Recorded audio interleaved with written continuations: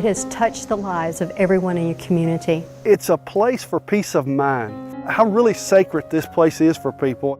Everyone in your community is affected by how you care and take care of your cemetery. I'm the city clerk for the city of Nicholasville, and part of my job duties include cemetery deeds.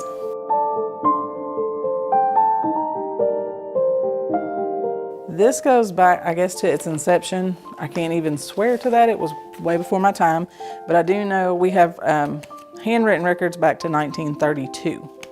This was one of the maps that detailed where everybody was at the cemetery. These were the records that were turned over to the city when the previous owner decided they no longer wanted to care for it. Owners of Nicholasville Cemetery said, "Here it is, it's all yours." Oftentimes we would get a phone call, somebody wanting some information on a loved one that again was maybe buried back in the 60s, 70s, even farther back. And you go back to these old binder notebooks with penciled notes and ink pens. And it's a notebook. It's literal, there's just in the order that they received them. The older the cemetery, the more possibilities that there are inaccuracies in the records or information is missing. The previous clerk before me, she tried really hard to get everything digitized, but the records are so... Inaccurate information will remain inaccurate, whether on paper or digitized. Research in the field is the key to finding and resolving errors. Our company is called Roberts Consulting Services. And they're certainly helping us map out this entire cemetery with old documents and then them walking the grounds and putting this together. It's a puzzle. We're putting the pieces together. And we're making order out of chaos. Sandra and her team just hit the ground running. They laid it all out for us of what they can do for us and how they could help our operations. They need information quickly accessible that tells them exactly where the body is, where the grave is, if there's cornerstones, if there's pegs. They need to know if the grave has been bought, who's the owner. There's a ton of information that they need quick access to. Get a call at 11 o'clock at night that there's been an accident at the cemetery, and this gentleman was being pursued for a suspected DUI at a high speed and came through the cemetery here and got about 6 deep into our cemetery with a pickup truck. They called me and they said, "Do you happen to have any information about this section?" They told me what happened, and I said, "You're in luck because I just finished that section." And within 24 hours I had that information, and it's helped us start to piece together responsibilities that we have here to loved ones.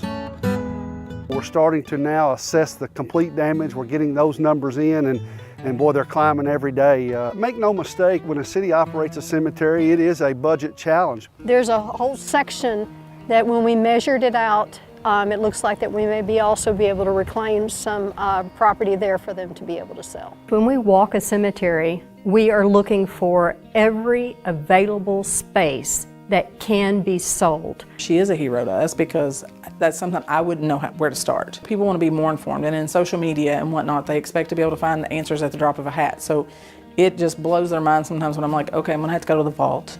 I'm gonna have to pull that stuff. It may be a little, and they're like you can't just look it up? No. The fact that she'll be able to digitize this and put this in some kind of order, whereas it's not in any kind of order now. Over the years, the software has developed to be able to meet all the needs of visitors who come to the cemetery and the needs of the cemetery workers. So one of the key tools that we have created is what we call lot mapping. So within that lot, it's going to give all different information that they need.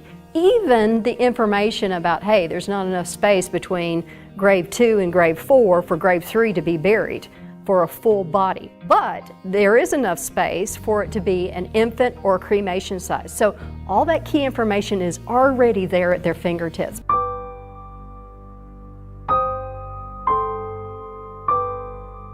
Reasons why cemeteries contact us is because they have the unfortunate event that someone has died and there's not enough space.